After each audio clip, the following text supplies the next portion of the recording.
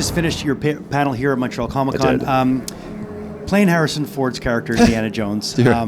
there was a really touching moment when he kind of passed the mantle on to you and said, "You're Indiana Jones now." Woof. How do you handle that as a fan and as an actor? Woof. Those are two separate things, right? Right. Because this is literally the first movie that I saw in the theater. Yep. Right? Raiders? So, yeah. Yep, same. So I was way too One young. of them. Yeah, I'm 55, so it was like I remember seeing Raiders in the theater. It was 100%. truly formative. Like it was a moment that was like, oh wow. And the thing that I loved about him so much is that Indy was a person who didn't have a cape. Yeah. He threw a punch when he had to, but it was always a wild haymaker. This wasn't like a big, superhero. This was just someone who uses intellect more than he used anything else, and I could relate to that. Right. Never would I have thought that 40 years later I'd be not only just playing that character, but standing on the same stage as the person that has inspired not only me, but everybody else.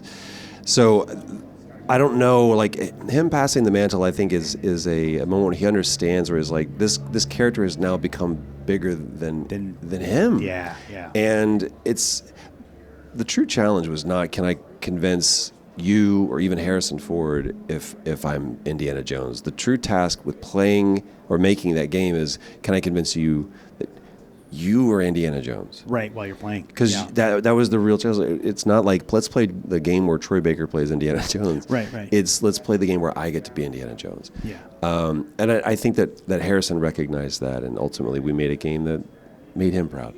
Well, my kids are huge gamers. I can't get past. I have too many buttons. Sure, I get it.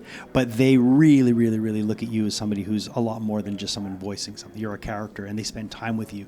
The kids love all the characters you play. Yeah. How much importance and how much pressure does that put on you when you're voicing a character? Because people spend hours with you. If I'm not doing my job, it's a tremendous amount of pressure. Yeah. If I am doing my job, there is no pressure. Right. And the reason why is because Indy doesn't know he's in a game. Yeah. He doesn't know he's in a movie. He's having a real moment in his real life because he's a real person. I love that. So, especially coming into take The Last of Us. When we stepped foot on stage for Last of Us Part 2, now we're suffering under the weight of the auspices of success. Yeah. And I was like, man, I have to forget that Joel now is a character that people know, that The Last of Us is this big successful thing.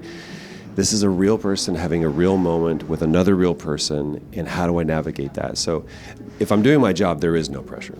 Well, and you did your job so well that when they went to a live action, I mean, I remember all the casting stuff and the rumors and all that. Yeah. People were just like, it was rough being those people that had to be cast as those characters because there's a lot of pressure that you had put for them to live. I think, and this is the truth. Yeah. If we created, and I'm sure Harrison would feel this way about Indiana Jones too. It's like, if you create a character that can only be played by one person, think about King Lear. Yeah. Or exactly. Henry V or Richard III. After you know time, what I mean? yeah. It's like, you should be able to, or Hamlet, you have to be able to hopefully create a character that not only lasts beyond one iteration of that work, but one performance. Yeah. So Pedro proved that. We showed that there was a character that Joel is that has some staying power beyond just one person playing it.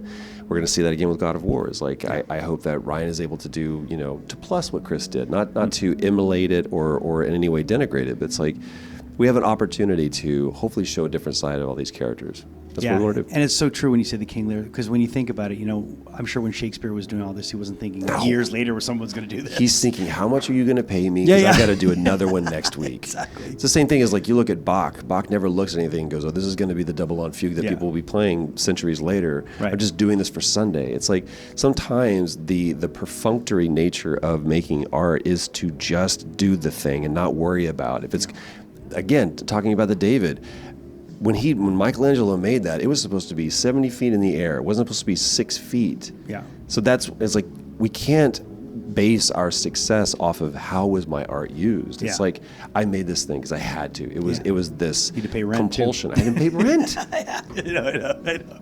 Hey, thanks for taking the time. My pleasure. We're really, really happy to have you here in Montreal, and I know people are super excited to meet you. Happy to be here. Cool, thanks.